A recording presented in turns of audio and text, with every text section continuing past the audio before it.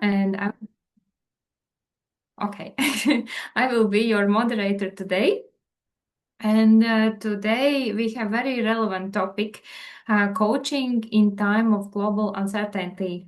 And it's really true that we live in constant changes, in high pressure, and this human connection is really important, especially now.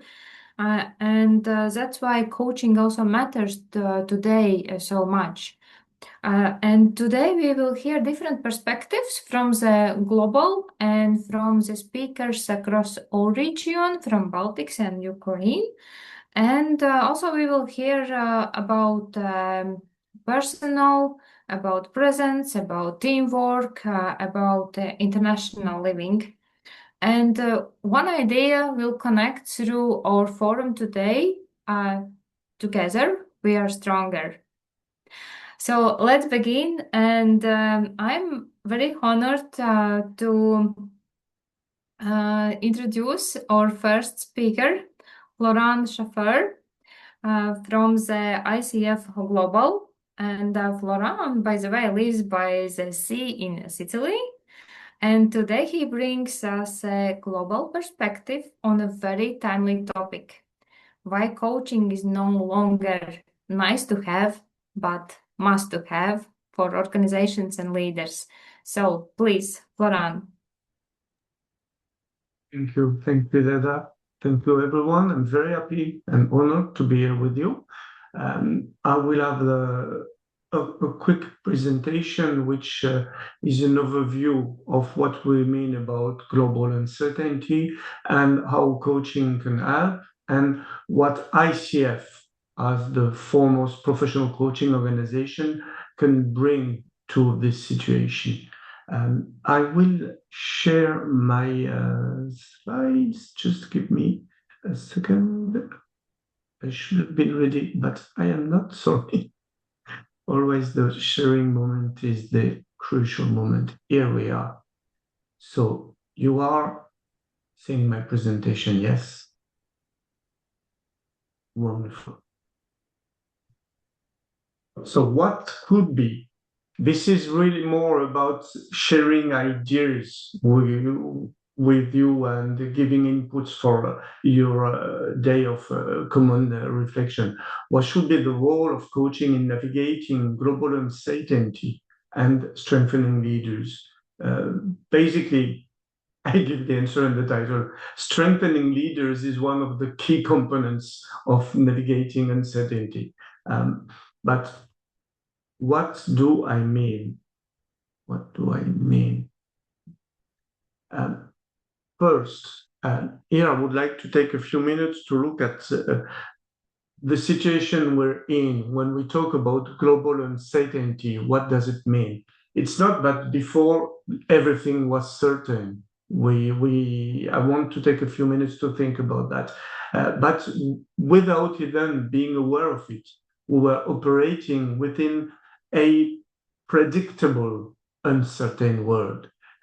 Because, of course, there was competition and companies appearing, others disappearing, and no one knew really what would happen. But the pace of this competition was much different. There was market evolution through demographic evolution, through technological changes. But again, this was something very manageable for collective organization without any need to be very quick. Even the workforce was changing. Just to give you one example, we've seen maybe videos or photos, IBM in the 60s, where everyone needed to be dressed in the IBM suit, the same tie and shirt and suit, and it was the IBM dress code. And then in the 80s, we invented business casual because of the change, the generational change among the workers. They did not stand for it anymore. It was unbearable. But this was and it was uncertain, certainly a crisis at the time. If we can imagine, it's like we're laughing now, but this was the crisis. But people had to change the way they dressed before coming to the office. But it was a cultural change. But this was coming slowly, also with the passing of people retiring, others taking their position. So this uncertainty, in the end, it was, as life can be uncertain, very manageable. And that's why we didn't worry anymore about it. But now we are really in this new situation. We've seen between COVID and AI and the full-scale invasion of Ukraine by Russia, for instance, to give you three big, and it's not even the end of the list. Many other big things are happening. It's really mind-blowing. It's really the global uncertainty. It's the new normal. This is the world we live in. This is the scale of what's happening. And if you try to analyze it, it means that at the same time, one piling on top of the other, we may face technological disruption with, of course, AI, but who knows what's coming next? Or remember what happened some years ago. The geopolitical crisis, which are happening a bit all at the same time, and no one can really know what's going to happen next. It's very confusing and frightening also. All this brings economic instability, but very high level. These are talking points from the World Economic Forum, from their analysis report from this year. The economic instability, then this leads to very rapid market changes, sometimes even market transformation, collapse. While before we had the evolution that you could predict and fight to find a place in. Now it's happening so fast. Of course, it has a human impact on the people themselves.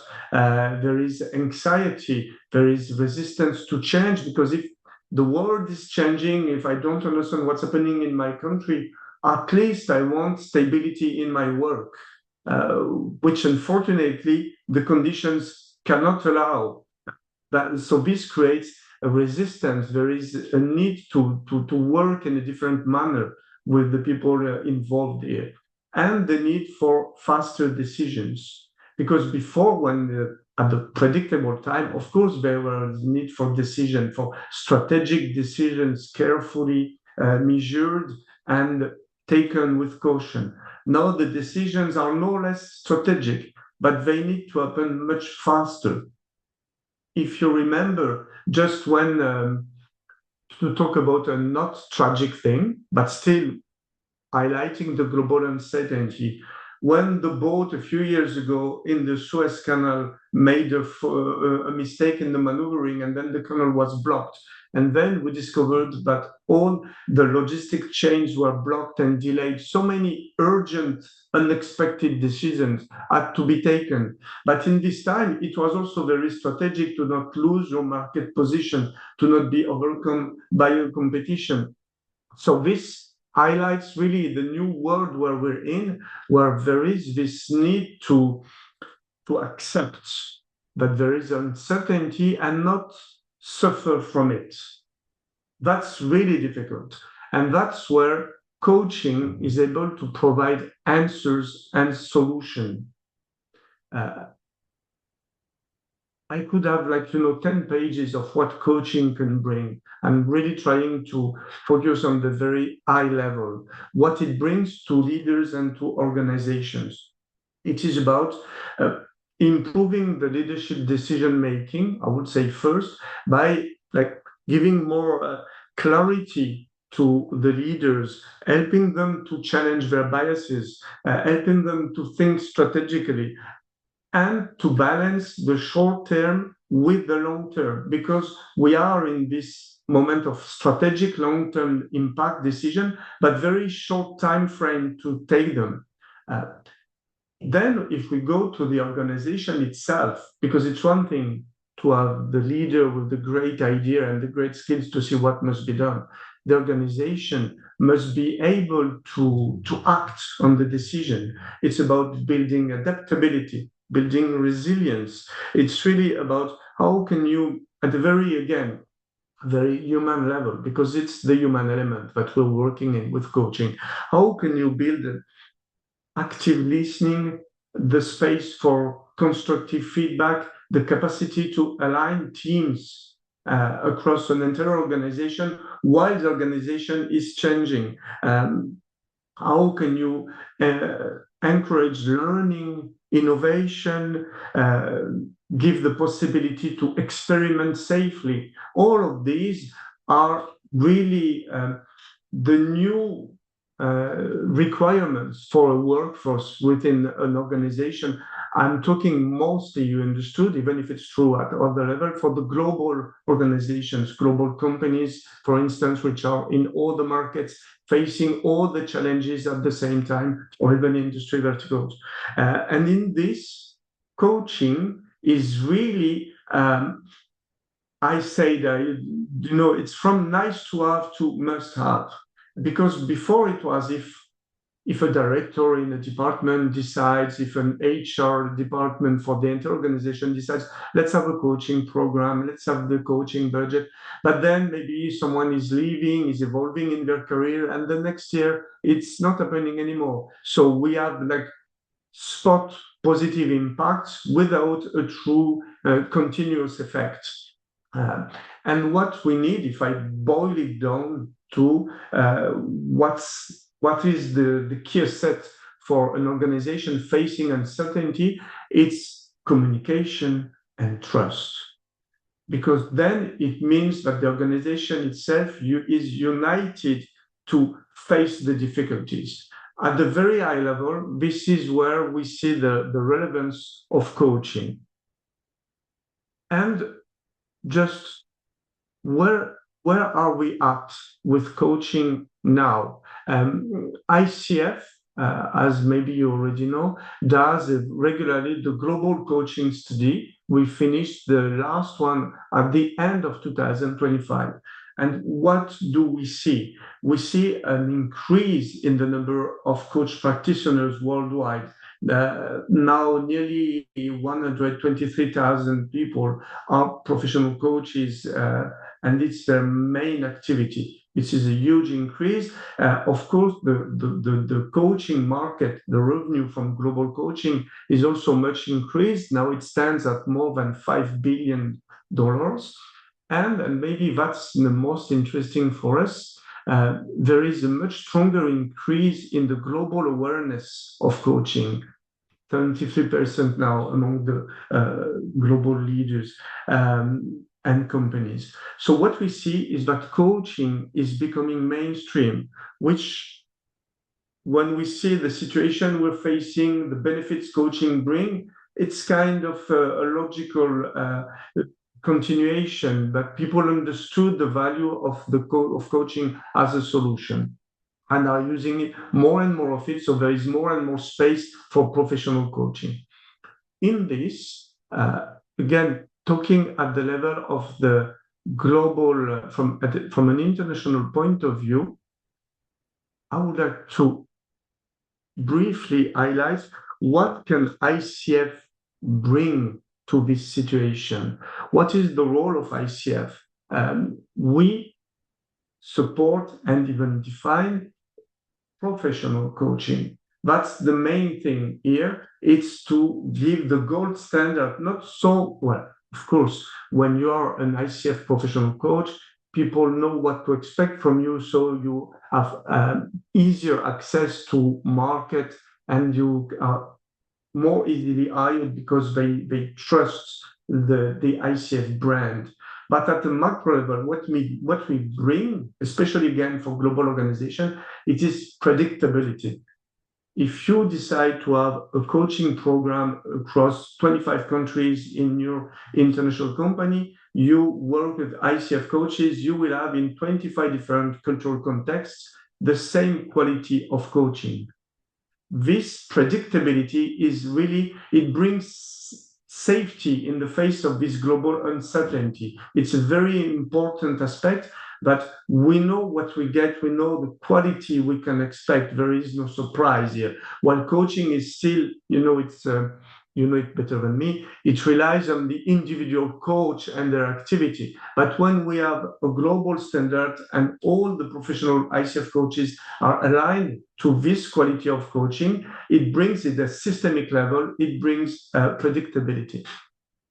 The other thing is that because we care about everything coaching, not just our ICF members, but also the core competencies, the ethical framework for coaching, about evolving the coaching education, and so on and so forth, it brings relevance, because from outside you see that this coaching is not like something from the 90s that is still happening all the same. It's on the opposite. The coaching, the professional coaching from ICF through all of its values and its frameworks is constantly updated to match the needs of the current world, of the current reality. This brings relevance. So ICF coaching is predictable, it's relevant. This, as you see, it means it opens the possibility for a systemic adaptation to the global uncertainty. And this is the last thing I would like to highlight, is that from what I was saying earlier, you know, coaching a bit here, a bit there, you don't know if it's going to continue the next time, because some people think it's nice to have. What it means that coaching is must have. It means that organizations within the entire organization must develop coaching cultures. And we see that actually ICF is helping organizations to grow their coaching culture. That managers use a coaching style of management. They are not coaches, but they use some of the skills. But coaching becomes not the extra thing that HR does when maybe they have some leftover budget or they don't have any more idea, but like becomes the first answer when there is a need to adapt, when there is a need to change. Team coaching, leadership coaching, executive coaching, all of these tools can be used. And when the brain, the people overlooking the coaching programs within an organization have this clear view of what exists and what I can use in which case, this is when we talk about having a coaching culture, when it becomes natural and normal to, even for a person move to a new position because of an evolution, a disruption in the market, when this person asks for the coaching because they know it's available, they know the company is providing it, they know there is a budget for it because it's considered as needed. This is where we see the emergence of the coaching culture. And in the end, this is a systemic adaptation to the global uncertainty. Because, and I will close here to not speak too much, it's what I was saying in the first slide. The global uncertainty we're living in now, it's the new normal. We all dream to go back to when everything was predictable and change was slow. And 10 years later, your skills and understanding in a specific market were still exactly relevant. But this is not the case anymore, and there will be no turning back to the past.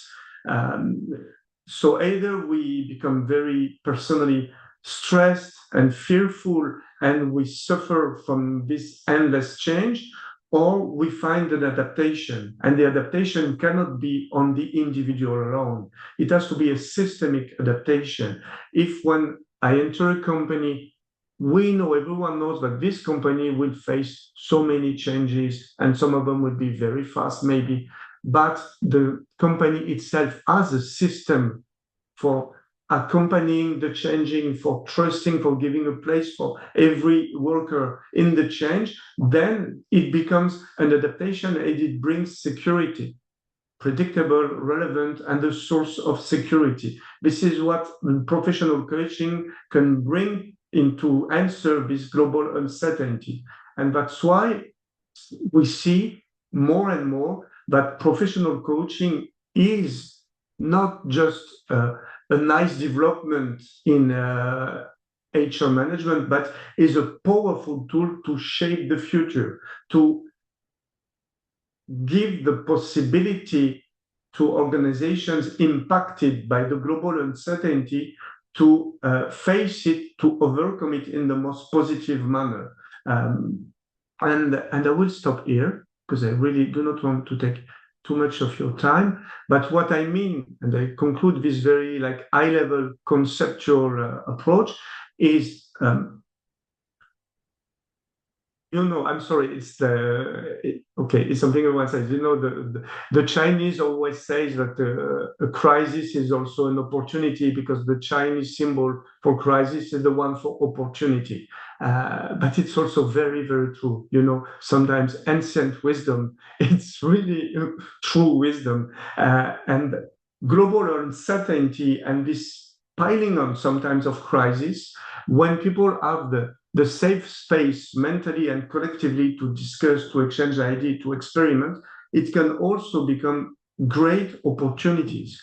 We see now, even from like what we were from AI 2 years ago, where people were like worried or scared, and now the new things arriving in terms of, for instance, AI and medical science. I was listening to something on the radio the other day. It was amazing how they are really using the best of a technology that could be scary to improve the well-being of everyone. And this possibility that from a crisis we can have a new after-crisis situation, which is in fact much better than the previous one for the people involved, for the companies, for the global situation, is something we have seen many, many times. The difficulty is when faced with the fear of unexpected, unpredictable, and very rapid change, how do you overcome the fear to reach this space where you see the possibilities and the opportunities? And this is where coaching really, truly is a very precious tool. And of course, it's obvious for all of us here. I mean, professional coaching, which is based on ethics, which has a clear framework of competencies, and where you know that you're partnering with a coach who is truly a professional and who is part of a system. That's what we try to do, and that's what you all, as professional ICF coaches, are building every day. I stop here. Thank you very much. Thank you, Florent. Thank you for your inspirational speech. And I really hope that we have also quite a bunch of leaders from organizations, because I already want to start more and more coaching. So thank you very much. Now let's continue with welcome messages from the leaders of our ICF chapters across Baltics and Ukraine. So please welcome Evita Melne, President of ICF Latvia, Ruta Masioniene, ACC, ICF Lithuania, CEO and board member, Peb Avikso, board member of ICF Estonia, and Maria Lahotnik, President of ICF Ukraine. So please, stage yours. Hello, everyone, and thank you, Eva, for announcing us. So I guess then I will start. And first of all, I would really thank you all for being here, and also greetings with the International Coaching Week. So I'm really happy that the very first ICF Baltics and Ukraine Coaching Forum is happening during the Global ICF Coaching Week. And I already thought previously about this topic, uncertainty, and I believe that during times like this, when many changes are happening around us, changes in the teams, changes in businesses, changes in politics and economics, so all around us, different kind of changes, and even within ourselves as well. And I believe that during such times, coaching becomes even more and more useful. And also, as Florent's speech was very, very inspirational and also led us to think more deeply about this. So I really hope that we will all meet each other more often, that human connections will become even more valuable, and also, speaking about this event, I really hope that this is a great start for many upcoming events as well. And once again, thank you all. Yeah. Thank you, Evita. So let's meet Ruta Masjoniene. Thank you, Eva. Hi, everyone. It's a great pleasure to represent ICF Lithuania here in this forum. And I would like to utilize the opportunity to thank everyone for organizing this event and to give the gratitude to all of the volunteer coaches that are a part of our chapter in ICF Lithuania, that are a part of your chapters that you're representing here. Because the time that they spent towards the creation of the communities locally and in the pan-Baltic level, in the Nordic level, and in the global level is really invaluable. And the time that they commit towards the popularization of professional coaching is also very important. So these are the two areas that we built in our chapter in ICF Lithuania. And I would like to also take this moment to celebrate a great opportunity. This year, ICF Lithuania turned 18, and that is a big mature step going forward. And me, when I stepped into the director position of the association, what I've noticed that it was a legacy, a lot of legacy built throughout different board members, throughout our community, growing community members. That we are continuing to build on. A great milestone for that was the first ever award that Chapter Lithuania has received yesterday from the ICF Global for creating connections with the social organizations through ICF Ignite projects, connections with the educational institutions, right? For building this community, fostering the community, even during the times of uncertainty. And if I were to link this topic, for me, there are two things that stand out. First of all, it's connection in between team members. So what we do in ICF Lithuania, we try to gather them on a monthly basis, whether in the local events live or online. And I'm really grateful for that. For a couple of our online events, we also had representation of the Baltic chapters and the Nordic chapters. Also in our first conference and bus last year, we had quite a few people who are here on the call being present. So thank you very much for that. And the second point is connection, right? So it's not only being here, but being together, right? Going through the changes together and helping each other to define through coaching what is within our circle of control and what is outside of it. And this really creates those moments that help us and we can help others as professional coaches to go through those moments. All right, so once again, thank you for having me here, and I look forward to hearing more conversations. Thank you very much, Ruta, and congratulations on your awards. Okay, so I would like to introduce Pep Avixo. Yeah, hello from Estonia.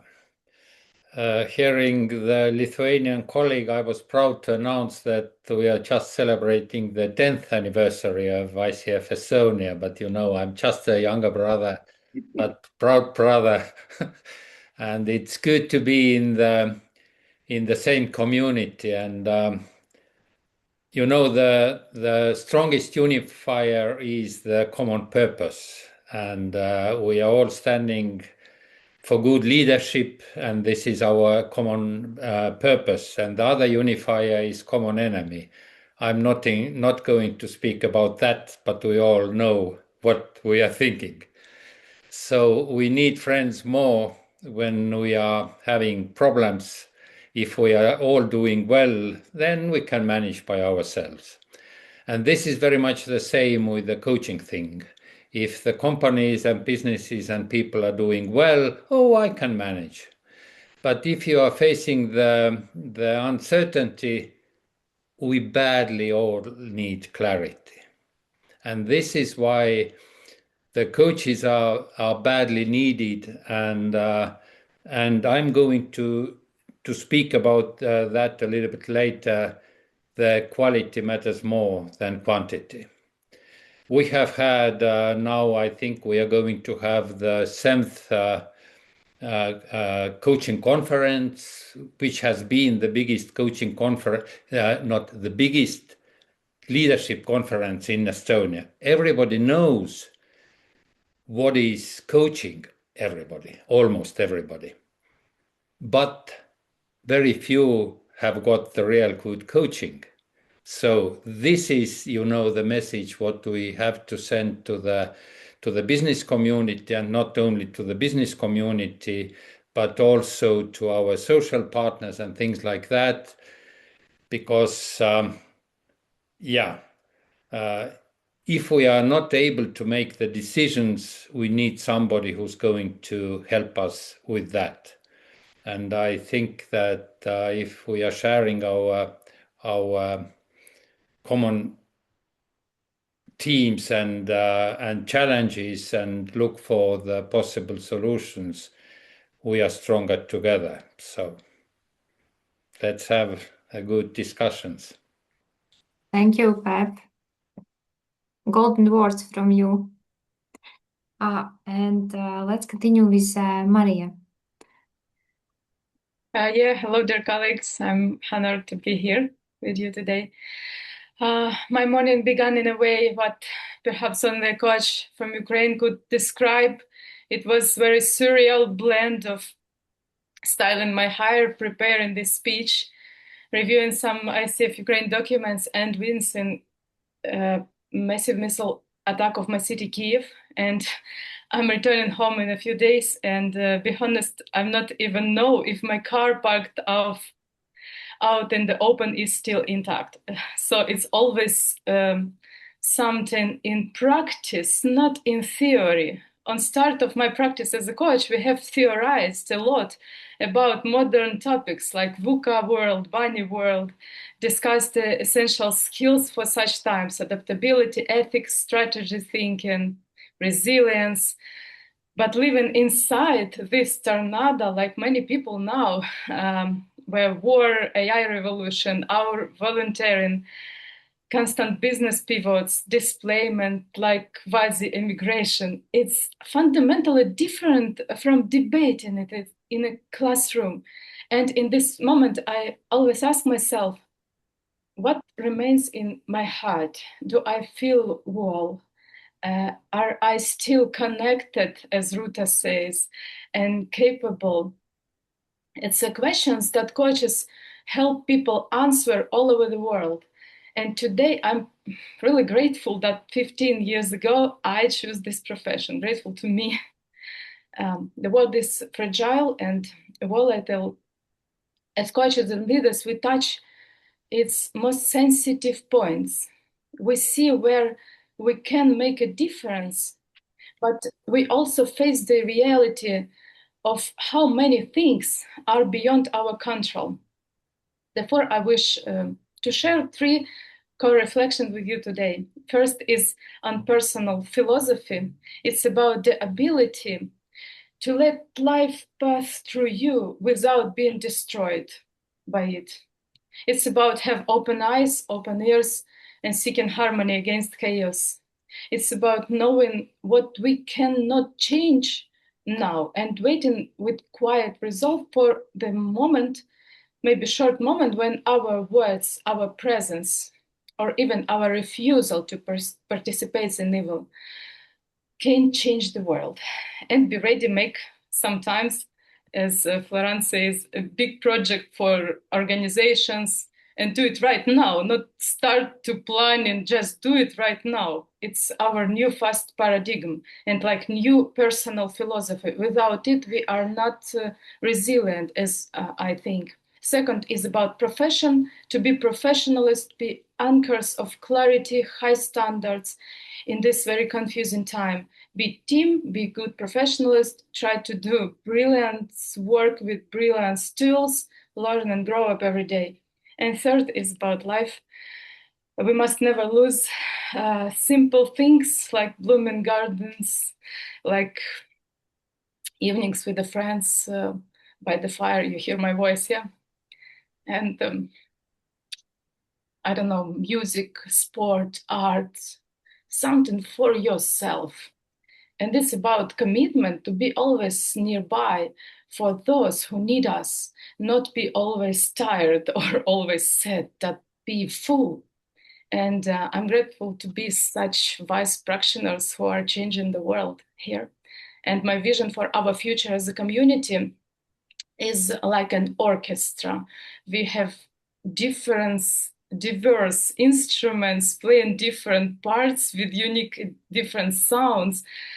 But together we create a magnificent harmony and rhythm. And the most vital task for a leader today, as for me and for us, for Ukrainian coaches, is ability to truly hear others and showing up with full courageous authenticity, showing your sound also. And I believe this forum will help us to join forces and start maybe new directions of cooperation, or just feel together on this world full of uncertainty. Thank you.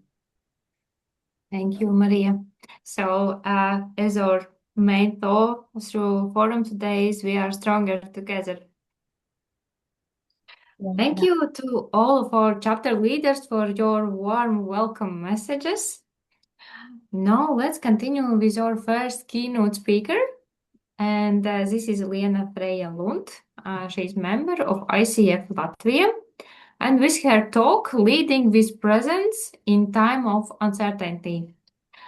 I will disclose one interesting fact about Liena. So she lived and worked in 10 different countries across Europe and the Middle East. And she knows very well what it means to listen, adapt, and lead across cultures. Please welcome Liena. Good morning, everyone, and good afternoon and good evening, depending where we all are and where you are.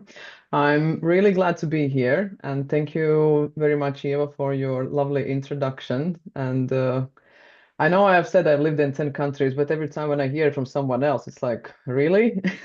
Have it happened? And how did it happen?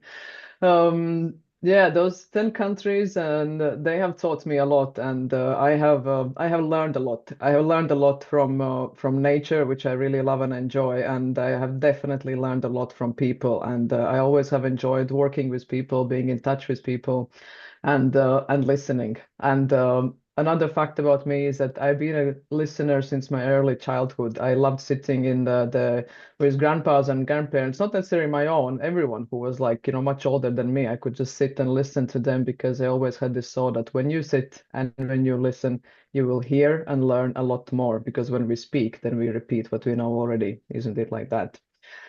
So thinking about today and this forum, and preparing for this event, that came to my mind was my professional and academic experience, and the research and practice. And I was thinking about how busy leaders are and the struggle with attention that is constantly under pressure. Meetings, messages, decisions, emails, crisis, strategy, often everything happens in just 1 hour, like good if it happens in 1 week. But also from my own experience working with United Nations in all those different countries, and I know that there's a lot happening in a very short time. And besides communications and leadership, my other area that is my passion and I'm very much interested is emotional intelligence. And I'm always curious, what starts the emotions? How does our mind work? How is our brain working? And then when thinking about this topic and about everything that is happening in the world on today, so I thought about this cognitive overload and how is that reducing our attention? And so my thoughts are about it, that when the brain is overloaded, we probably all know that as well, of course, that we do process less information. The perspective of attention is narrowing. We tend to focus more on the surface and not to go into the detail. We interrupt more and we jump to conclusions faster. And if you pay attention to yourself, to people around you, you'll probably also notice that's how the brain works, and that is our tendency, how we do. Second, listening disappears. Under pressure, leaders very often listen to respond. We listen also selectively, and we stop inviting input. There's no time, so everything is much shorter. Third, decision-making becomes more narrow. Without noticing, leaders rely on the loudest voice in the room. We seek quickly certainty, and we stop exploring alternatives. There's another, I think, have another session with together with all of you to discuss about our biases and how we are constructing our thoughts especially when we are under pressure. So the information flow is massive, and hence the cognitive load. And lately, I think it is thinking about this amount, the volume. It came to my mind the news that you can hear lately very much, at least in Latvia. I don't know. It would be interesting to hear what's happening in Lithuania and Estonia. But in Latvia, there's any other day you can hear something about the big brown bears which are in the woods, and so do this and do that, and there's a very amazing scripts, like, detailed what to do when you see a bear. I really would love to see a person who in real life could actually keep their, brain prefrontal focused and start analyzing. Because my suspicion is that the amygdala will kick in, and the tiny part in our brain, which is always so super active and always is like, checking out what's the potential stress. And then it is freeze, fight, or flight. In leaders' daily work, I think that it's not only about the brown bear in the woods, but it's also very much about the brown bear that we see as another meeting, another discussion, another presentation, another recruitment process, another feedback session. So there's a lot of stress. If we don't have the time to stop and to take a pause, it's very easy to get into the roller coaster of stress and fast thinking. And the previous speakers before were talking about, I think, Florent, you were mentioning about the faster decisions, and then you also said that much faster decisions. So, and we all know that everything is happening faster, more faster, more faster. So preparing for today, I went for a walk. I live next to the river Salaca, and that's my way how to think. I like to walk and think. And so I will walk down the river, and I thought to myself, so what is the difference, or what is the connection between leadership and coaching? Do I need to separate them? Do I need to put them together? And I was like, for me, it was like chicken and egg. It's what is first? What do we start with, the leadership, or do I start with coaching? And how to formulate it. Like we all know it very well that leadership, it's not the management. It's not about the task division, and it's not about checking up like, who is doing what and when. And then thinking about the topic, what came to my mind suddenly, I remembered my childhood and my grandpa. My grandpa was a forester, and he loved orienteering sports. I don't know if I started walking first or talking, but probably doesn't matter. Anyways, when I did both, he started teaching me all the legends and the map, how to read the map, how to read the compass, and he started taking me with him to the Latvian woods for orienteering sports. There you have a starting point, you have the final point, where's the finish line, you have the set checkpoints in between that you need to find following your map, reading the map, reading the compass, and you need to go step by step. Cannot remember how many times, but plenty times. He would finish his 7-10 kilometers, his route. He would come out of the woods and he would see that little Lena is not there yet. Well, most probably she's somewhere lost in the woods, most probably crying. I don't think because of the bears, because I don't think that crossed my mind. Definitely because I was just frustrated that the map doesn't match with what I'm seeing, because I saw that I am very, very sure I know where I am. It's just that the map is wrong. Never mind that many times the map was upside down, and I was just like, stubbornly looking it and trying to find to the north when I had to go to the south. So my grandpa would find me in the midst of those forests, and what he would start doing, he would ask questions. What do you see here? What do you see around you? What do you see in the map? How can you connect it? What do you think would be your next step? How do you, like, when you turn the compass, when you turn the map, it would be always questions. He would never, ever criticize me, let alone shaming or judgment. And there was never a question like, have you done that? Or have you done that? Why you didn't do that? No, it was always curiosity. He was genuinely interested how I managed to reach the point where I had reached at the given time. So how is this story related to coaching? In my view, this is coaching for me. Because in a coaching session, we are not in the woods. Although when I thought it could be interesting maybe to have also a coaching session in the woods. And there is no physical compass or a map in one's hands, but this is how the coaching process goes. You have a target, or you have a topic, you have an issue, you have a question, a challenge, dilemma, you name it. And you think you do it on your own, and your coach is the one who will ask you questions. We ask you questions and make sure that the conversation moves towards actions, and it also moves towards accountability. We don't tell you what to do or how to do. It's all about the questions. But when you wander off the topic, we will help you to regain the focus on the north or on the south, or whichever direction you have set for yourself. Your life is your map, and that is only yours.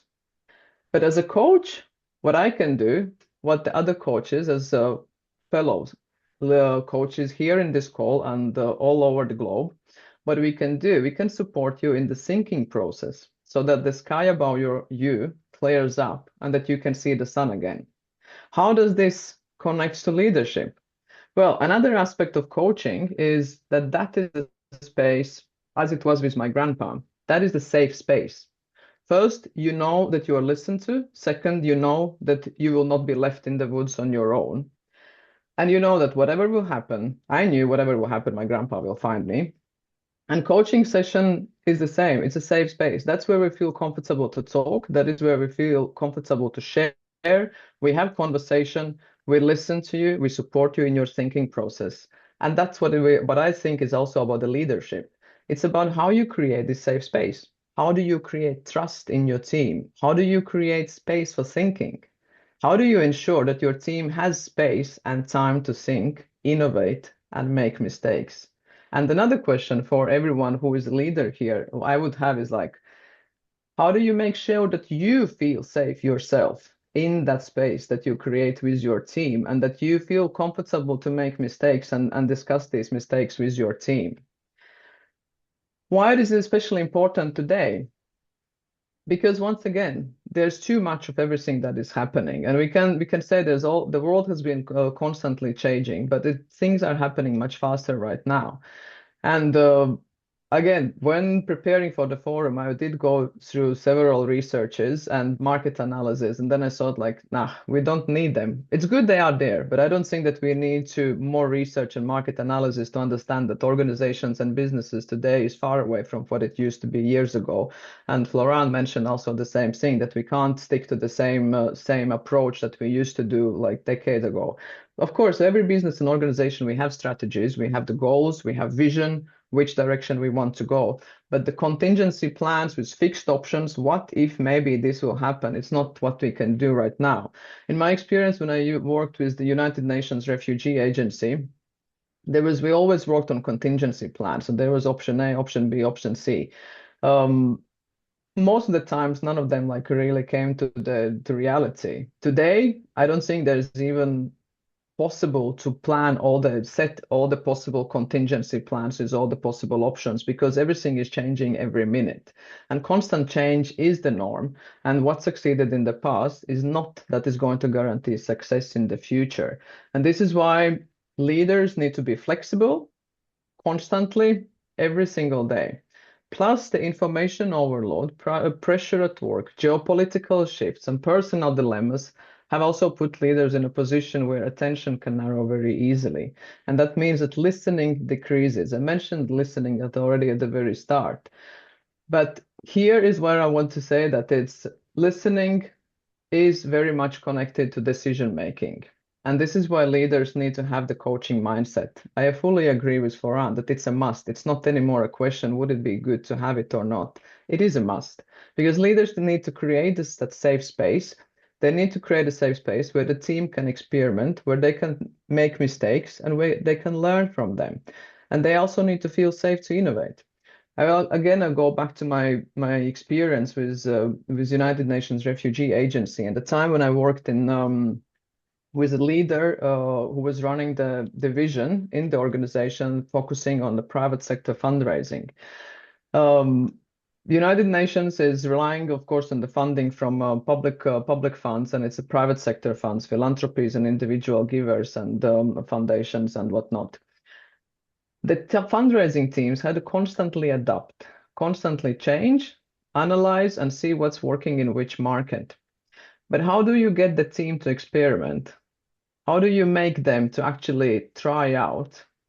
And that is the only way how to do it. When you create a space where they can feel safe and that they are trusted.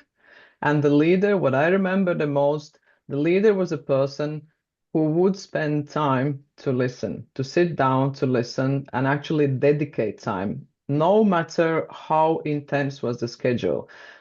Leader, he knew it very well that he needs to dedicate time for the team, to talk to them, to hear them out. Yes, do the calculated risks. Yes, do the analysis. Of course, you don't invest in everything just like, because it might work out. You do it like in a smart way.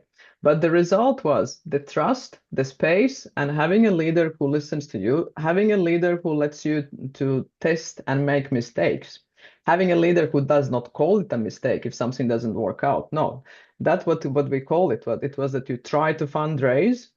This is lessons learned. It didn't work in this market in let's say in South Korea. We try it out in Brazil. Maybe it will work better there. As a result was that the UNHCR in that year fundraised, actually crossed $1 billion mark. And that was thanks to the leader who was always open, always trusting their teams and encouraging to experiment and to try. I think in looking at the leadership and listening and coaching mindset, that is the way how you get the full potential out of your team. And closing, I can also getting to closure marks from what I wanted to share with you today is that it also brings to my memory my own leadership experience leading teams and about coaching mindset and listening and encouraging teams to try out is when you have a team, and I remember that the situations when the team member would knock on my door and say that I have a big problem and I don't know what to do and how to sort it out. I knew that there are two options what I can do. The first option would be to give an answer, listen out the problem and say, yeah, this is the solution that could work. What would be the result? It would probably take me 5-10 minutes of the conversation, and the person would say like, thank you very much, it's all clear, and off they go. What if they have the problem every single day? And the research shows that when we are in a deep focus, in a flow on working on something, and someone interrupts you, even if it's a short question, just like, by the way, it still can take up to 20 minutes for our brain to regain that focus, to get back into that deep flow state. So let's say I'm working on some report or whatever it is, something that I need is deep focus. A colleague comes in, team member, who asks me a question, so I need to spend some 5-10 minutes answering the question. Then I'm spending probably some 20 minutes to get back to my deep focus. So that's half an hour. If this one colleague comes to me with a problem every single day, mathematics say that would be like, what, 2.5 hours a week? I'm dedicated giving answers, giving the tools in their hands. And I'm talking about one person right now. I had teams that were like a lot more than one person in the team. What if every single one of them comes and knocks on my door? And God forbid, if they have like 2 or 3 problems a day. So you can do the calculations. So what I did is knowing that it will take more time the first time. But I would always say like, okay, here's a chair, sit down, tell me the problem. And I would listen. And then I would ask questions. I would ask questions like what you have considered, what have you tried, what does your gut feeling say?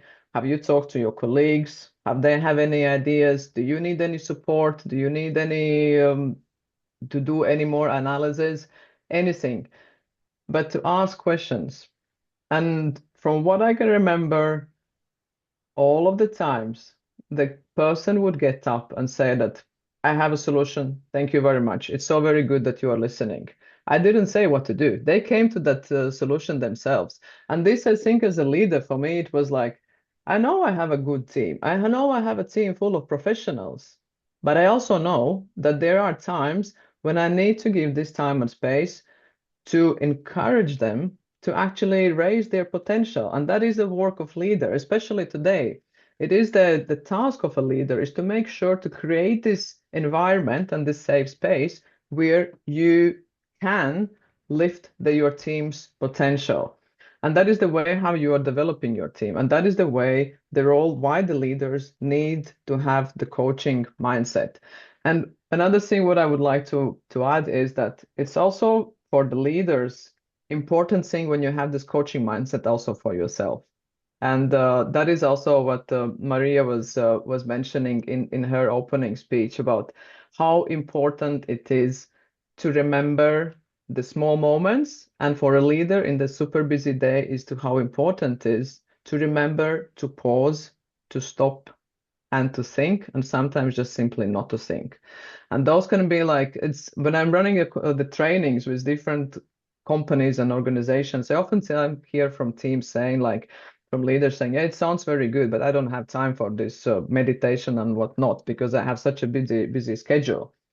So what do I usually say? I said like, more busy you are, more pressure you are, bigger is the answer that you must take those 5 minutes. That is exactly that time that I know it also from my own experience and practice. When I have a fully packed day and I look at my meditation chair and I'm like, nah, I don't have time today for meditation. I have so much to do. Then I'm like, woohoo, Liana, back to the chair. This is the day when you actually need to really sit down and do that meditation and focus on yourself.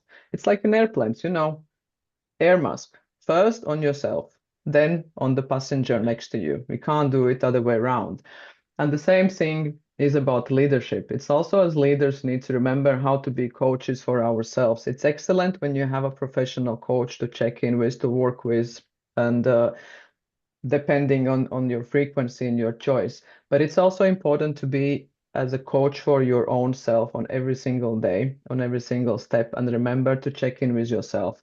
As I said, it's 5 minutes to get up from your chair, do a stretch, look out of the window. Nature is amazing. It does brilliant things to us. Or walk down the hallway, check in with your team, ask them, what is exciting you today? What's your biggest challenge? What is your biggest struggle today? Or what's your biggest achievement? What is like building up your energy today? Just check in with them. And more we ask questions to our teams, when we ask also our teams for answers and then we ask them to help us, it means that we get more information and it means that we can take better decisions. And sometimes it means that we also need less time because that means that we have a broader perspective of information. So at the end, what I would like to highlight in few words: pause, listen, think, and then lead. Thank you very much. Thank you, Lena. You're just so in good way reminded that everything starts with us, right? Us and then our team and surrounding and everything. Thank you.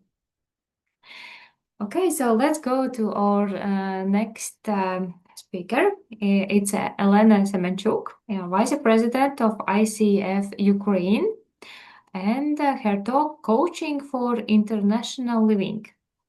And if I can disclose some things about Elena, so he brings a very beautiful and creative energy in this topic.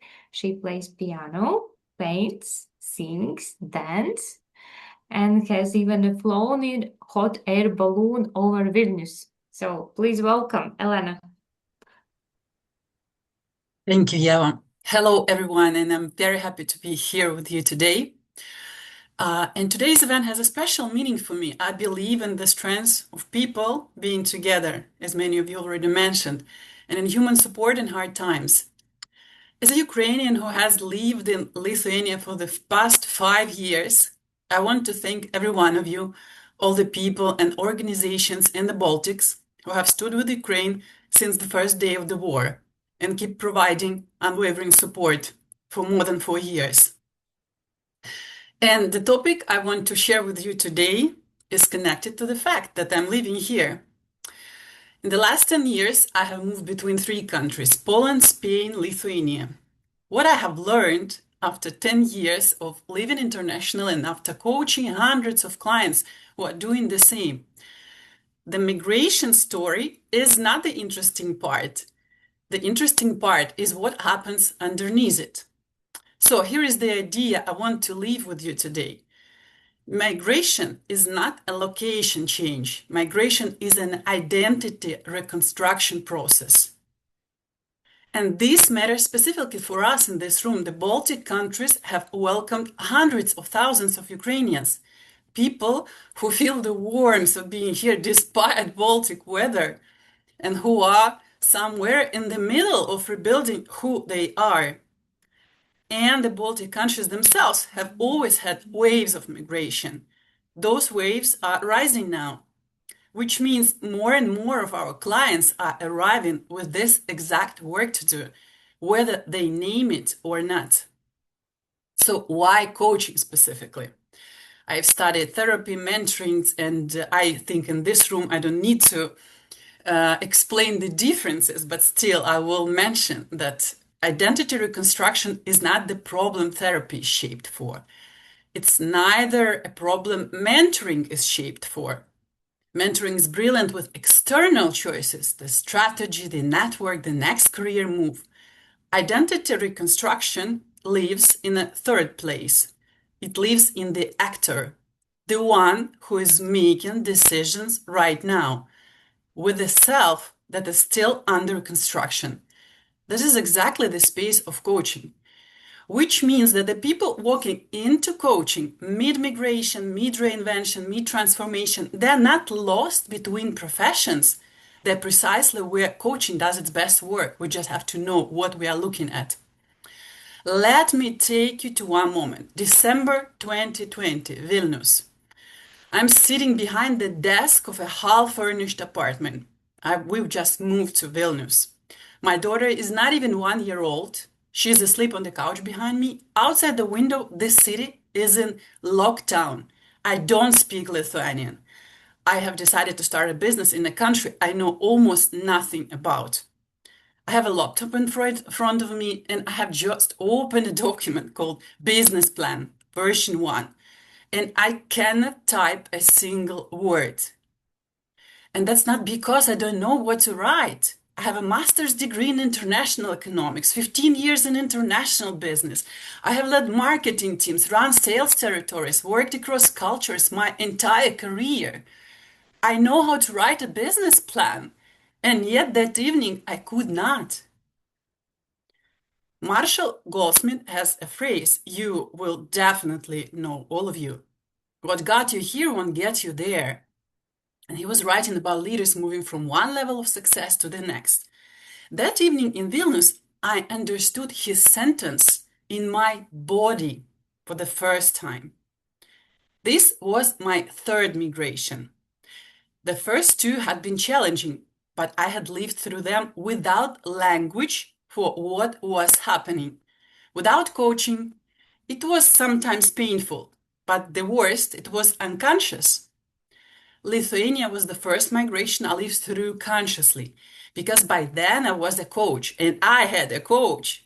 And what I want you to hear is this: coaching didn't make the migration easier. Coaching made the migration visible. It made the pain coherent. Behind the desk, I could finally see what was happening. The woman opening Business Plan version 1 was not lazy, not blocked, not under-resourced. She was somewhere between multiple selves. The woman who had been competent in Kiev, the woman who had thrived in Barcelona, the woman who had rebuilt in Krakow, and the woman she had not yet built in Vilnius. She could not write a business plan for any of them. There's a coach whose work helped me think about this. His name is Filip Rusinski, and he wrote a book called Coaching Cross Cultures, in which there is a framework for working with cultural complexity inside a coaching conversation. Rusinski maps 7 cultural dimensions, and working internationally, we move between them constantly. Migration is different. Migration breaks all 7 dimensions at once. And it doesn't just break the professional toolkit, it breaks the version of you the toolkit was built on. There is something the literature on identity transitions calls the neutral zone, the in-between states, after the old identity has ended, but before the new one has formed. Not a gap, a real psychological place with its own rules. Behind that desk, I was in it. Now I had a name for it. That's the moment my coaching practice changed. In that room with that empty document, I realized that everything I had previously experienced as personal failure across 2 migrations had been just an identity reconstruction process I had no way to see. Coaching has not removed the pain, coaching had made the pain coherent. And once you can see it, you can work with it. In the years since, I have sat across from hundreds of clients who looked from the outside like high-functioning international professionals. Founders who relocated their companies, executives on their 2nd or 3rd country posting, entrepreneurs running businesses across borders. And the variations of one sentence I have heard over and over again sound like this. From the outside, everything looks fine. Inside, something is not right, and I don't know who to tell. So, what is the coach actually looking at when this client sits down? Here's one way of seeing it that I found useful in my practice. When a person moves internationally, they do not lose one thing, they lose 3. And these 3 losses operate on different layers at different speeds. They need different coaching. This is the layer the client brings up first. Layer 1, the operational self. Easy to see, easy to coach. The operational self is everything practical. The new job, the new business, the new language, documents, schools, bank accounts, networks. This is the layer where clients ask, how do I find clients in this market? How do I network when I do not know the codes? How do I rebuild my career? And as every one of you maybe can guess, it's a kind of ACC level, right? So we are trained to do. Goal setting works here, strategy works, accountability. This is also where Goldsmith's observation bites hardest. The skills that build the client's old success will almost certainly not do the same work in the new culture. And layer 2, the relational self. The relational self is who the person is in relations to other people. Social standing, friendships, the unspoken hierarchies they understood without thinking, the jokes they could make, the small talk they could hold, the cultural texture that told them how loud to speak, how close to stand, how to disagree without offending. This is the layer Erin Meyer has given us shared vocabulary for, and the layer Rosinski helps us coach.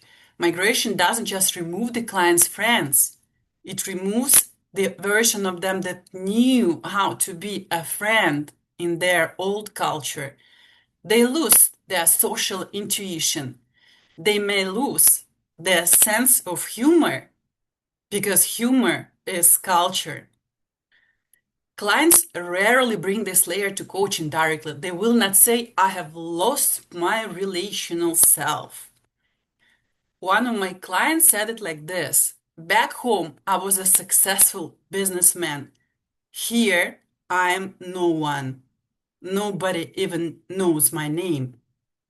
Another client said, I'm surrounded by people. I have stopped being funny, and I cannot tell whether my new colleagues actually like me or whether I have simply forgotten how to read the room. That's not a loneliness problem. That's the loss of social identity presenting as loneliness. And here's the coaching questions I think work here.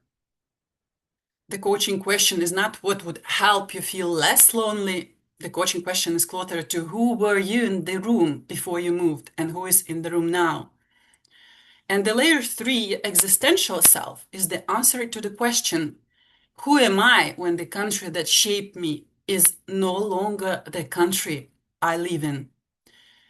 It is the part of the client that was built by a language, a landscape, a smell of bread in the morning, a way of arguing with relatives. The part that knows, without being told, what is funny and what is sacred. This is also where the deepest needs live. The often unspoken human needs underneath every stuck goal: to belong, to matter, to be seen as competent, to feel safe in your own life. Migration does not erase those needs. It strips away every system the client had to build to meet them. Clients rarely name this layer directly. What they say sounds like this: if I take all the roles away, mother, founder, expat, partner, I genuinely do not know who is left. And the woman who knew herself in that other country, I think I have to mourn her, and I do not know how to do that while also building someone new. Notice what those sentences are doing. The client is speaking about herself in two voices at once: the one she used to be and the one she's becoming. Both are present in the room. Neither is full real yet. When a client speaks like this, I find myself asking a question: which self is speaking right now? Not what do you want? Not what is true for you. Those questions assume a self that can answer. In the neutral zone, the self is exactly what is missing. Which self is speaking right now names the multiplicity instead of resolving it. It lets the client hear themselves locate, perhaps for the first time, which version of them is in the chair. And from that location, the conversation finds its real ground. Let me give you one number: 304 million. According to the United Nations, in 2024, there were 304 million international migrants worldwide, nearly double the figure from 1990, and another 83 million people displaced inside their own countries. That is close to 400 million people, and the only question I keep coming back to is: how many of them are somewhere in the middle of an identity reconstruction process they have no language for? And this is not slowing down. Today I have shared with you a small part of my journey, and in 20 minutes or less, it would be impossible to cover all the ways coaching has actually helped me on my serial immigrant path, and all the ways I in turn have learned to help my clients. I have not told you about the importance of embodied presence, how a coach's nervous system, calm and available, becomes the steady ground a client can borrow when their own ground has moved. I haven't told you about deep listening, the kind that hears not the sentence the client is saying, but the self that is speaking it. I haven't told you about staying in discomfort and in the unknown, sitting with the client in the neutral zone without rushing them toward an answer that doesn't yet exist. I haven't told you about holding space, keeping the room steady enough that the client's most fragile becoming has somewhere to happen. And I haven't told you about working with what is emerging, following the small signal in the client's voice that says, this is the real thing, even when neither of you has named it yet. All of this is craft, and all of this is what makes coaching uniquely shaped for the person sitting across from us in the middle of becoming someone new. None of it fits into 20 minutes. And what I have wanted to leave you with today is something smaller and I hope more useful, a way of seeing that when a client, a colleague, a partner walks in mid-migration, mid-reinvention, mid-transformation, we are not looking at a person who has lost their way. We are looking at a person whose self is under construction, and we are the people trained to recognize what we are looking for. 5 years later, I'm speaking to you from Lithuania. The business I couldn't write a plan for is real. The woman behind that desk is not gone. She's one of the selves I now know how to recognize when she shows up. And the migration didn't end, became conscious. Thank you. Thank you, Elena. You just showed us that this international living is not about just moving to another place, right? It's about finding yourself again and again, and it's hard work. So now let's move to from one person experience more to power of the team. And our next speaker is Gerda Asipavičiene. She is PCC, ACTC, and president of ICF Lithuania. And with a talk, The Strength of Team in Uncertainty. And here is one interesting fact about the Gerda. So once she learned Esperanto because she was looking for the universal language that could connect people. But now, today, she says that this language is coaching. So please welcome, Gerda. Thank you, Eva, so much. And thank you for all of you sharing the space together. And I have forgotten already Esperanto, but I looked today and I would like to say to you, Kunen estas pli fortai, which means we are stronger together. So I'd like to share this message with all of you. And I love knowledge, structure, and practice, but I prepared some slides. And I do believe it would be better for all of us to think out loud together, looking maybe to the slides. Okay, I'll prepare just the screen that I would have a possibility to see all of you. Yes, and if this week is called ICF Coaching Week, so last week in Lithuania could almost have been called Basketball Week. And whether you follow basketball or not, let me bring one name for us today. And I'm not sure if you are interested in NBA basketball, and this is not because this is going to be some kind of basketball talk. I see maybe Pep already knows the name. Yeah, great. And Chris Paul became interesting because analysts noticed something unusual related with him. And when he joined 4 different NBA teams, in very different situations, the number of wins increased, not only because of his individual talent, but because something changed around him. And it was called the Chris Paul effect. The reason I bring him here today is not because we are going to talk a lot about basketball, though we can call it second religion in Lithuania. But we are going to talk about the teams, and we will come back to this effect a little bit later. This is closely related to what we explore in organizations. Changing, uncertainty is growing, and value-based decisions become more and more difficult for us. And it's of sustainable wins in the environment where clarity and stability are far less available than we would like it to be. And these are the questions that I have been exploring as a leader inside the organization with my teams and as an external leadership and team coach.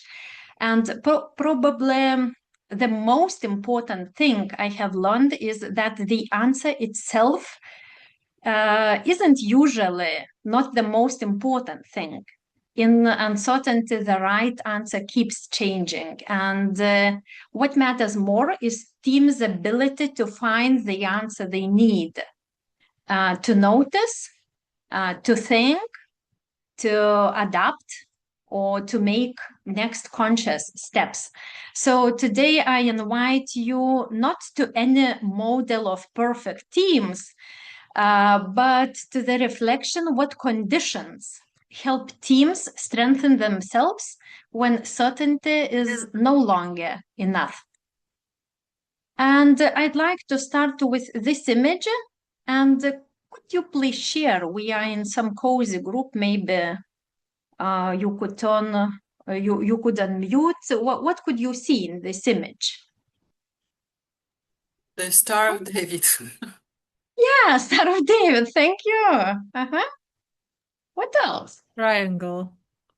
Triangle. Okay, Two thank you. triangles. 2 triangles. Great. And I do believe all of us have already seen something, and usually we immediately begin to see something.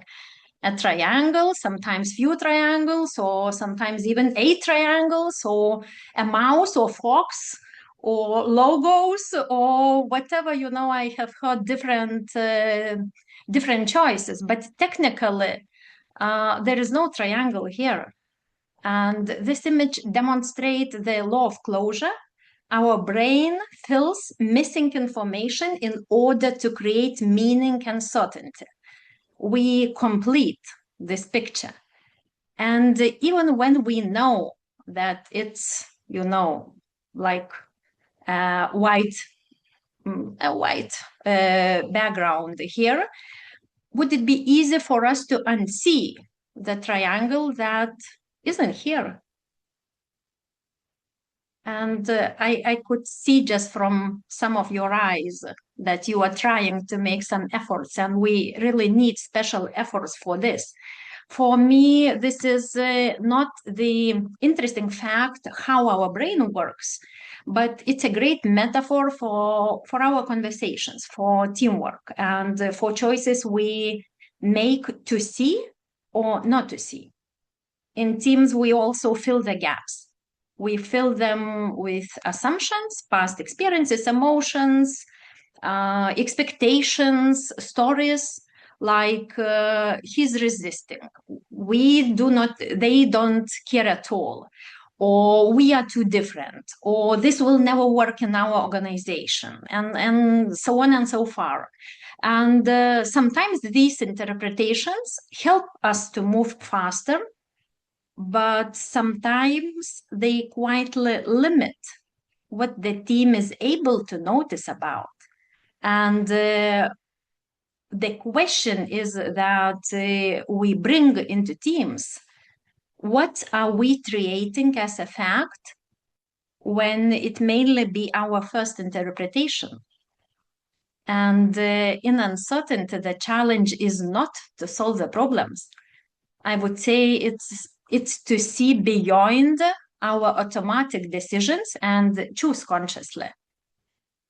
And it becomes even more difficult for us, as even more important as teams become more diverse in age, culture, gender, experience, thinking styles, expectation, communication habits, and even values in our world.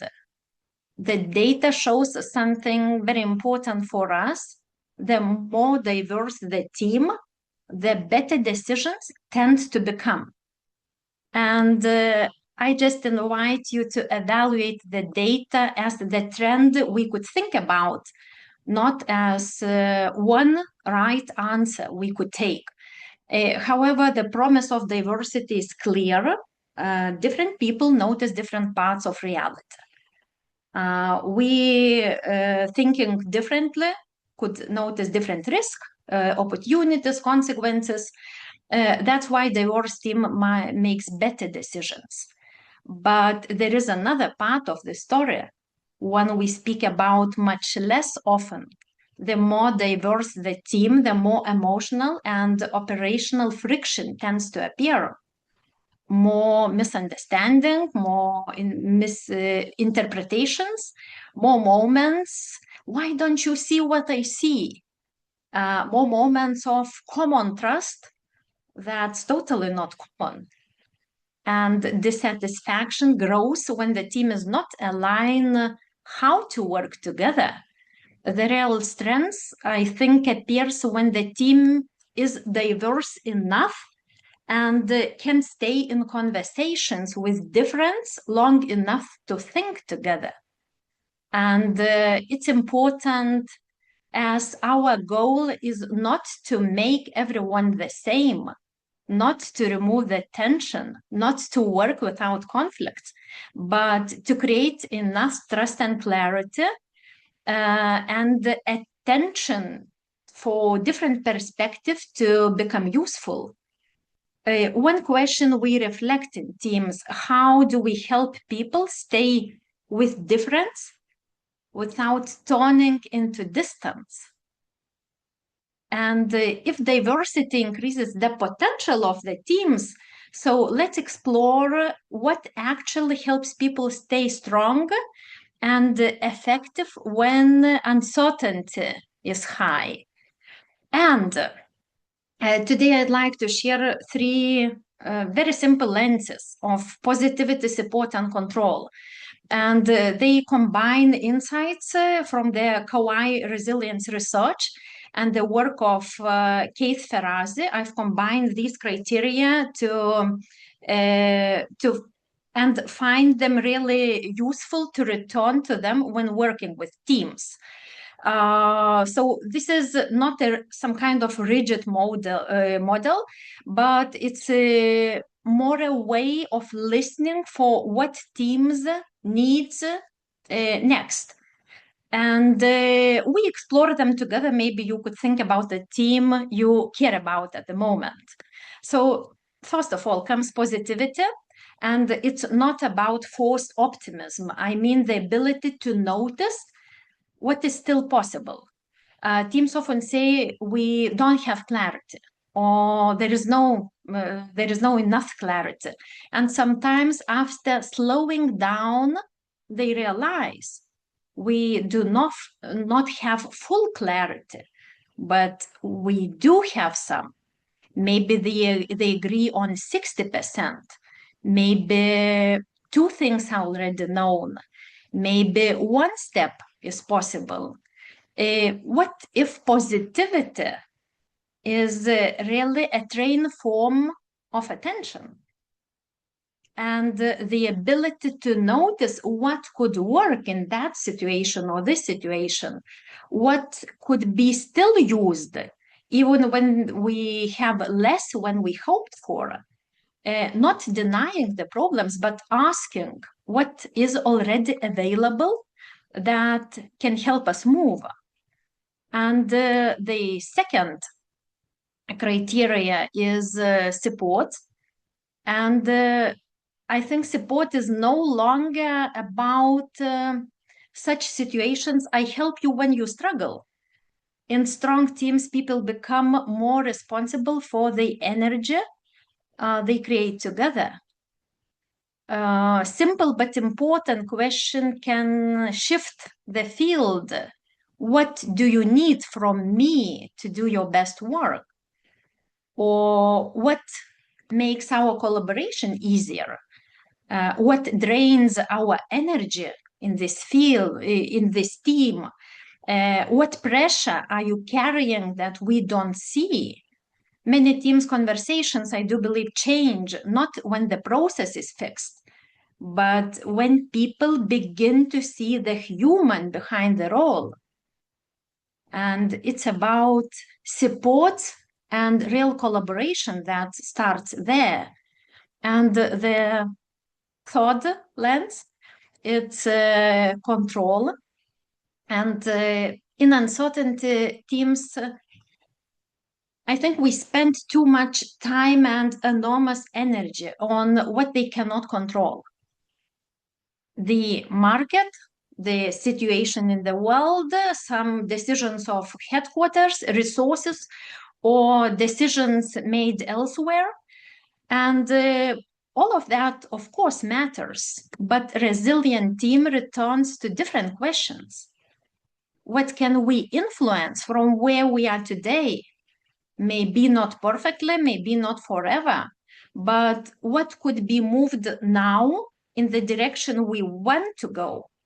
What conversation is needed? What request should be made?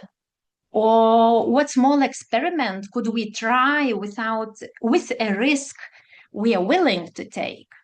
And for me, these three lenses are practical because they help teams shift from waiting to noticing, from blaming to supporting, or from helplessness to some kind of movement. And I think what if we ask these three questions more often? Do we notice what can move us forward? Do we care for the energy between us? And do we act on what we can influence? And talking about these different lenses, so what does basketball have to do with all of this? And from what we have just explored, the strength of the team in uncertainty is uncertainty. And when we talk about strength of the team, we are talking about ability of the team to create conditions where people can notice what matters, stay engaged, and take next conscious step together. Strong teams are not calm because everything is under control. They are calmer because attention is directed consciously. They notice tensions early, they notice shifts and opportunities early, they notice each other's expectations early. And because of that, they adapt faster and could keep their direction. They are chosen, not perfectly, but together. And one of the most important challenges, I would say, in leadership and teamwork is to find the answer: what conditions help us to remain thoughtful, connected, and responsible for the sustainable result when certainty disappears. And the last message or the last topic to explore together, I would bring the one most, again, maybe one of the crucial ideas working with teams. I think maybe teams do not only need better time management, change management, project management. Maybe they just need better attention management, first of all. And when a team struggles, what would we notice if we ask ourselves or the team, what is this team paying attention to? And what has disappeared from the field of attention? And I sometimes use the Chris Paul effect as a metaphor for three layers of attention, what helps teams strengthen their potential. So the first layer is alignment through awareness.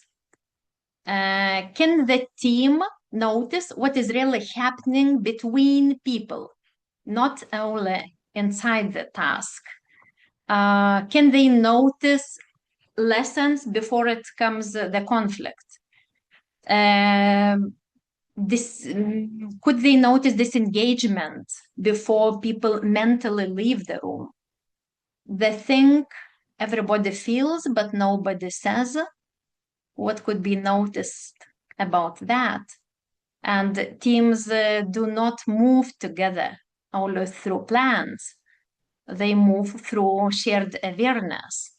And the question we could pay our attention to, what is really happening around the topics we are discussing? And the second layer of our attention could be empowerment through our communication between leader and team members or among all team members. Does communication open thinking or close it? And some conversations make people smaller. Some conversations strengthen fixed mindset, certainty, automatic reactions, drawing triangles or the same triangles that we have been using for 5 years. Other conversations create space for curiosity, learning, reflection, and conscious choice.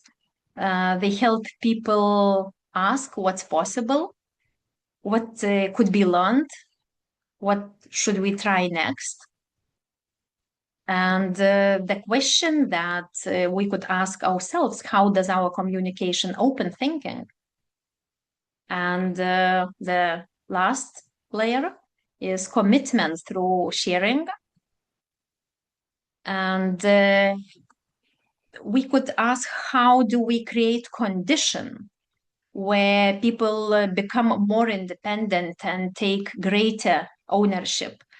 At the same time, more flexibility and ownership requires clearer alignment, stronger commitment, clearer shared responsibility or awareness for result. How do we create both? And it's our question, how do people become stronger and less dependent on leader? And the leader could be the leader of team or any of team members. And the last question before these three ones, maybe I could leave you with, when we work with the teams, what do we help them to notice before we help them to act? And the last question for us is, what was the most important idea for you today? So what? Why it's important? And what are you going to do with it? So thank you for the possibility to join you. And I do believe that we have many, many ideas, and we'll find some possibilities to share. Thank you. Thank you, Gerda. You brought us back to something actually very important, that when there are this uncertainty or unclear time, so we need each other so much and much more than even before, right? Okay, so thank you very much again. And let's welcome our final speaker, Peep Aaviksoo, Estonian representative on coaching, with his talk, Leadership in Uncertainty. And there is some interesting facts. So Peep, his first degree was basketball coaching. And after about 30 years in these youth roles, he became an executive coach. So he can bring together for us leadership experience and coaching mindset. So please welcome Peep. We can't hear you. Your microphone is muted. Paldies. Thank you very much. Yes, I was not planning to speak about basketball, but as Gerda mentioned basketball, I got excited immediately. And to start with that, I have got the most influence from my basketball coaches in my life.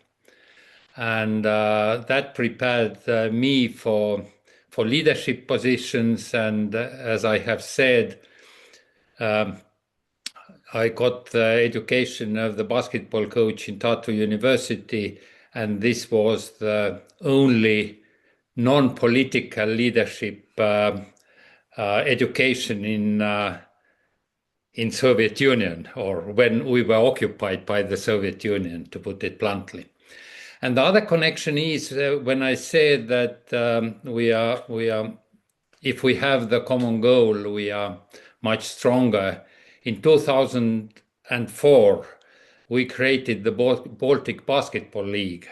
And this was so successful that our big neighbors on the eastern side created the VTB League to kill our smaller league, because it was not good for them. It showed that. But what I'm going to speak today, as Florian in his opening speech said, that there are 122,000 coaches in the world. So it's quite a lot. And it's, I think it's all together, it's not only ICF, because ICF is having 60,000 plus. And the question is, these are the official coaches, what have got the education, what know what they are doing, but the market is full of those who call themselves coaches. It was some time ago, some 15 years ago, when I started to check out what's new in leadership, when I started to work at the Estonian Business School. And then I came to coaching. It was new for me, not basketball coaching, but executive coaching. And then I called to one most famous Estonian coach. I asked, "What the hell are you doing?" He said, "I'm doing whatever it takes to get paid by the customers. If they need coaching, I do coaching. If they need mentoring, I do mentoring. If they need advice, I give advice, and I get paid." Great. I was not satisfied with that answer, and I started to check out what the hell is executive coaching. And it was some time ago, and I think as there is much more coaching in the world, is there better leadership now in the world? And this brings me to the thinking that what is more important, the quantity of the coaches or quality of the coaches? And I strongly believe in quality. Less is more, and the quality is more important than quantity, whatever we do. And I think to all of us who have gathered here together, we are setting the bar and the image of coaching. And if there are those who are selling coaching from the central market together with the minced meat and other products, this is really, really bad for our business and for what we are doing. And that's why I think this learning environment, and as it is for ICF, we have to raise the bar of the coaching all the time when we are active. And what really moves the needle in leadership and in coaching, if we are living in the uncertainty where we are, and the world is unpredictable, the crises are coming and going, how we can prepare for the next one which is coming?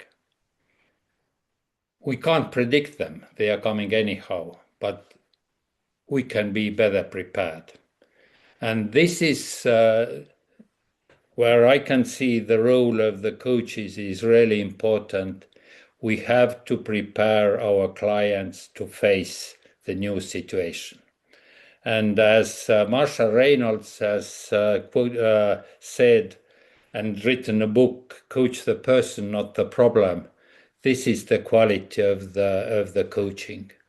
If we can prepare the leaders to better fight with uncertainties, then we are doing the great job.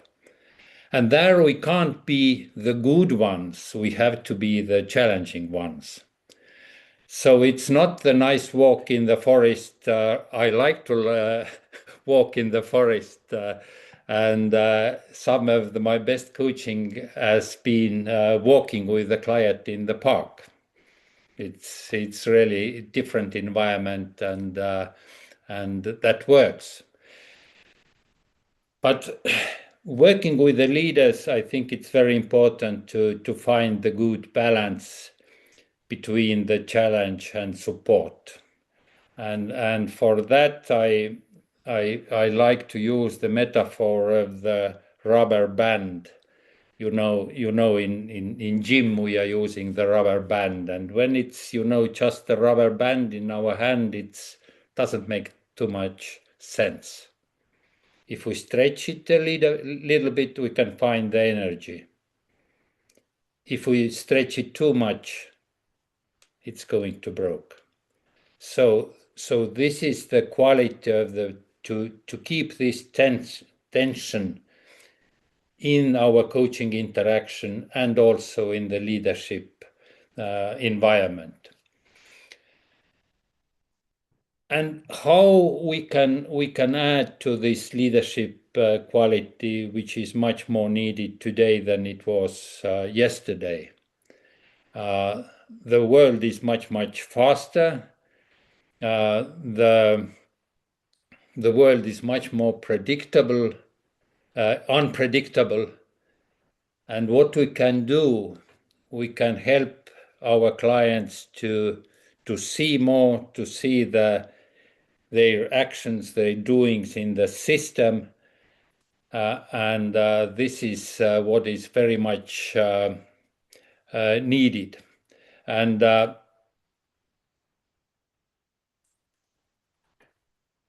the crucial question for the leaders is when and how they are going to make the decisions. So if we help them to be better prepared to make a decision, we are giving them the real support they are needing. And if you work with the top leaders, they can't speak with even with the board members sometimes, not with the supervisory board. If they step up, they must feel confident, and that's what we can help them to create the clarity. And if there is more clarity, we can make the better decisions. And what we can do with the leaders, we can challenge their assumptions, because today is very different than was yesterday. Help to see them, the blind spots, and then they can act with greater awareness and responsibility. And one more thing that brings me back to the basketball, this is the accountability. And working with the teams, very often it comes out that we are doing well, and we have the nice environment, and we know what we are looking for, and we are pretty good. And we like to be a nice guy. So the accountability is missing. And now I'm coming back to basketball. If there are 5 guys in the team, and 4 of them are working hard in defense and 1 is not working, doesn't matter what the other 4 did. And he's going to get the kick in the cloakroom after the play. And this is, the challenging for the leaders, and here is the help from the coaches is very much needed. How we can prepare them to have the challenge and the support at the same time. So coming back to that we can't predict what's going to happen, but we must help the coaches, the leaders, to be better prepared for the crisis. And of course, here we need to look very much for the psychological safety as well, and support them and challenge them once again. So, and that's, if we are coming back to us as coaches, I think, and the role of the ICF chapters is very much to take care of the quality. And in different meetings there is that we need to take care of all of our members and attract more members. But I strongly believe that those who are already in must show up the good quality. And if there are, the clients are looking for the quality of the coaches, and the best thing what we can do is to give the good quality, to give the example, have this continuous improvement, and go step by step, being a member, obtaining a ACC, working hard, getting enough client hours, move up to PCC, then working again, getting the experience and going to PCC if it's needed. And how I'm explaining it to the public who is not knowing so much the ICF inside things, that ACC is like bachelor's degree, PCC is like master's degree, and MCC is like PhD. And it makes sense. You can't grow if you are not learning, and the learning itself is not enough. You need to have the practice. Practice is the king. And if you are good, you are getting more practice. And if you have got the credential, there is much more certain that you get hired to give the coaching to somebody. So it was in 2009, Ian Day and John Blakey wrote the book, Where Were All the Coaches When the Banks Went Down? And I'm asking here the question, where are all the coaches when the world is in crisis? We are very much needed, and we can't say that, okay, the world is tough, we are in the uncertain world, but we have to ask what we can do, And as a closing, I have the quote that the future credibility of coaching will depend not how fast we grow, but whether we grow deeply enough to meet the challenges leaders face today. Thank you. Thank you, Pep. And actually, I want to can I say amen to your words? Just Absolutely. Just grow for the better and quality over quantity. Thank you. So I want to say thank you to all speakers today for your openness and for your presence. And as you remember, we saw different perspectives from global, from personal, teams, and leadership. So, but one message is very clear. So, uncertainty is real, but we don't have to face it alone, because together we are stronger. So, thank you very much, and I'm very happy to be that I was moderator today. And I believe also if you have some questions, just please write it down and we will answer those individually or here in the chat if speakers can have time. So thank you very much. And hope to see you again soon and also in person. Thank you. Thank you very much. Thank you. Have a nice day. Thank you. Have a great day. Bye. Thank you. Bye. Bye.